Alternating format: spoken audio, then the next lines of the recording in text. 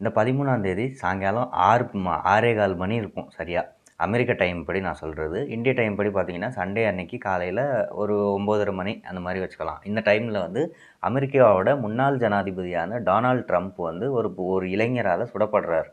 எப்பன்னா, இவர் வந்து இப்ப நவம்பர் 5ஆம் தேதி, அதாவது இந்த வருஷம் நவம்பர் 5ஆம் தேதி அமெரிக்காவோட 60வது ஜனாதிபதி எல ஜெனரல் எலக்ஷன்ஸ் வரப்போகுது. இந்த எலக்ஷன்ஸ்க்காக பிரச்சாரத்தில ஒரு பக்கம் வந்து டொனால்ட் ட்ரம்ப்பும், இன்னொரு பக்கம் ஜோ பைடன். இவங்க 2 பேருமே வந்து ஈடுபட்டுக்கிட்டு வந்துகிட்டு இருக்காங்க. இந்த இதில பார்த்தீங்கன்னா, டொனால்ட் ட்ரம்ப் வந்து பென்சில்வேனியாவுல பட்லர் ஃபார்ம் அப்படின்ற ஒரு இடத்துல டொனால்ட் ட்ரம்ப் தன்னோட பிரச்சாரத்தை ஈடுபட்டுக்கிட்டு இருக்கும்போது, ஒரு இளைஞரால சுடப்படுறார். அதாவது இந்த இளைஞர் பேர் வந்து தாமஸ் மேத்யூஸ். இந்த தாமஸ் மேத்யூஸ் வந்து மொத்தமா 3 குண்டு சுடுறாரு. அந்த 3 குண்டுல வந்து ஒரு குண்டு ட்ரம்ப்போட சைடு இயரை டச் பண்ணிட்டு போகுது. அதனால பிளட் வருது. அவர் தன்னோட காத பார்த்துட்டு, தன் பிளட்ட பார்த்துட்டு நம்மள தான் சுட்டுருக்காங்க அப்படின்னு சொல்லிட்டு குனிஞ்சுக்கிறாரு. குனிஞ்சுக்கும்போது அமெரிக்காவுல வந்து பிரசிடெண்ட்ட காப்பாத்துறதுக்காக, அதாவது பிரசிடெண்ட்டா இருந்தாலும் சரி, முன்னாள் பிரசிடெண்ட் இப்போ தற்போதைய பிரசிடெண்ட்டா இருந்தாலும் சரி, முன்னாள் பிரசிடெண்ட்டா இருந்தாலும் சரி, அவங்களுக்கு வந்து யுஎஸ் ஸ்பெஷல் செக்யூரிட்டி ஃபோர்ஸ் அப்படின்னு ஒரு ஒரு ஃபோர்ஸ் இருக்கும். அந்த ஃபோர்ஸ் அவங்க தான் வந்து இவங்கள பாதுகாப்பாங்க. அந்த வீரர்கள் வந்து உடனே ஆக்ட் பண்ணி ட்ரம்ப்பை வந்து பாதுகாத்து அவரோட வண்டியில் ஏற்றி அவரை ஹாஸ்பிட்டலுக்கு அனுப்பிச்சிட்டாங்க. ஸோ ஹாஸ்பிட்டலுக்கு போன ட்ரம்ப் வந்து சிகிச்சை பெற்றிருக்காரு. அங்கே இருக்க டாக்டர்ஸும் வந்து ட்ரம்ப்புக்கு ஒன்றும் இல்லை, அவரோட உயிருக்கு எந்த விதமான ப்ராப்ளமும் கிடையாது, அவர் நல்லா இருக்கார் அப்படின்னு சொல்லிட்டு இது நியூஸ் கொடுத்துருக்காங்க. ட்ரம்ப் சுடப்பட்ட அடுத்த செகண்டே வந்து இந்த ஸ்பெஷல் செக்யூரிட்டி ஃபோர்ஸ், அதாவது யுஎஸ் ஸ்பெஷல் செக்யூரிட்டி ஃபோர்ஸில் இருக்க ஸ்னைப்பர் பிரிவில் இருக்கிறவங்க வந்து இந்த தாமஸ் மேத்யூ அப்படிங்கிற வந்து அடுத்த செகண்டே அவரை வந்து சுட்டு கொன்னுட்டாங்க. பொதுவாகவே இந்த பென்சில்வேனியா அப்படின்ற ஸ்டேட் அமெரிக்காவில் பார்த்தீங்கன்னா, இந்த ஸ்டேட்டை வந்து ஒரு ஸ்விங் ஸ்டேட் அப்படின்னு சொல்லுவாங்க. ஸ்விங் ஸ்டேட் அப்படின்னா, யார் இங்கே ஜெயிக்க போகிறாங்கன்னே தெரியாது கடைசி வரைக்கும். இது வந்து ஒருத்தரோட கோட்டைன்னு சொல்ல முடியாது. இப்போ நம்ம சொல்லுவோம் தமிழ்நாட்டில் ஒரு தொகுதி எடுத்துக்கிட்டோம்னா, இந்த தொகுதியில் ஏடிஎம்கே தான் ஜெயிக்கும், இந்த தொகுதியில் டிஎம்கே தான் ஜெயிக்கும் அப்படின்னு ஒரு ஒரு இது இருக்கும். அந்த மாதிரி கிடையாது பென்சில்வேனியா. பென்சில்வேனியாவில் வந்து எந்த கட்சி வேணாலும் ஜெயிக்கும். ஒரு தடவை இது ஜெயிச்சா இன்னொரு தடவை இந்த கட்சி ஜெயிக்கும்.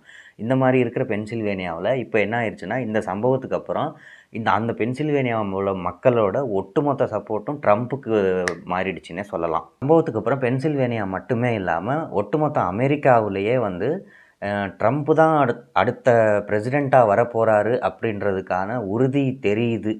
ஓரளவுக்கு தெரியுது. ஏன்னா மக்களோட அனுதாப ஓட்டு விழும் அப்படின்னு சொல்லிட்டு எதிர்பார்க்கப்படுது. அமெரிக்க அரசியல்லையே ஒரு முக்கியமான நிகழ்வு அப்படின்னு சொல்ல முடியாது. இது வந்து உலக அரசியல்லையே ஒரு முக்கியமான நிகழ்வாக பார்க்கப்படுது. என்ன காரணம்னா, இப்போ அடுத்து வந்து ட்ரம்ப் வந்து பிரசிடெண்ட் ஆகிட்டாருன்னா எந்தெந்த நாட்டு கூட ரிலேஷன்ஷிப்ஸ் எப்படி இருக்கும் அப்படின்ற ஒரு கேள்விக்குறியே வந்திருக்கு.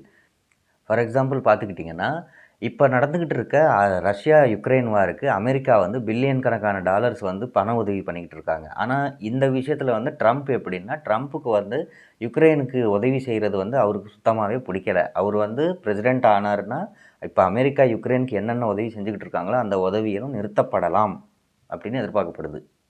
அப்புறம் இன்னொரு ஒரு பக்கம் பார்த்திங்கன்னா, இஸ்ரேலுக்கும் பாலஸ்தீனத்துக்கும் ஒரு யுத்தம் போய்கிட்டு இருக்குது.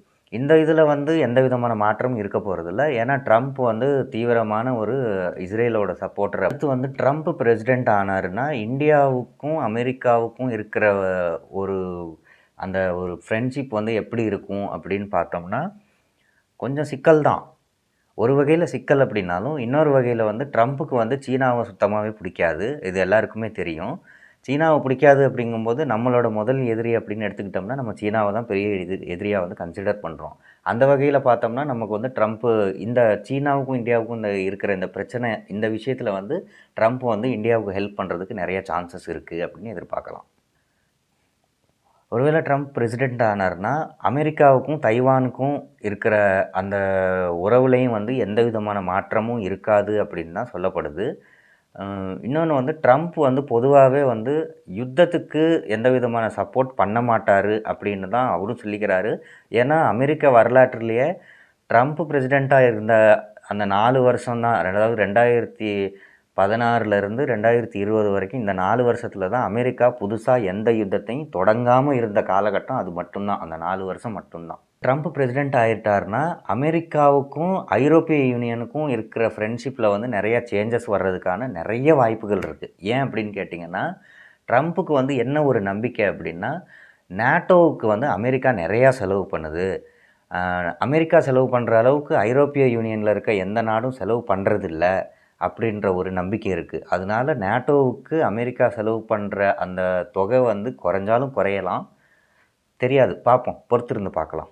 ட்ரம்ப் பிரசிடெண்ட் ஆயிட்டாருன்னா இந்தியாவுக்கு இன்னொரு ஒரு சிக்கலும் இருக்குது. அது என்ன அப்படின்னு கேட்டோம்னா, இந்தியாவிலேருந்து படிக்கிறதுக்காக போகிற ஸ்டூடெண்ட்ஸாக இருந்தாலும் சரி, இங்கேருந்து வேலை தேடி அமெரிக்காவுக்கு போகிற வேலை தேடி போகிறவங்களாக இருந்தாலும் சரி, இவங்களுக்கெல்லாம் வீசா கிடைக்கிறதுல நிறையவே தாமதம் ஏற்படலாம், இல்லை கிடைக்காமலும் போகலாம் ஒரு சிலருக்கு.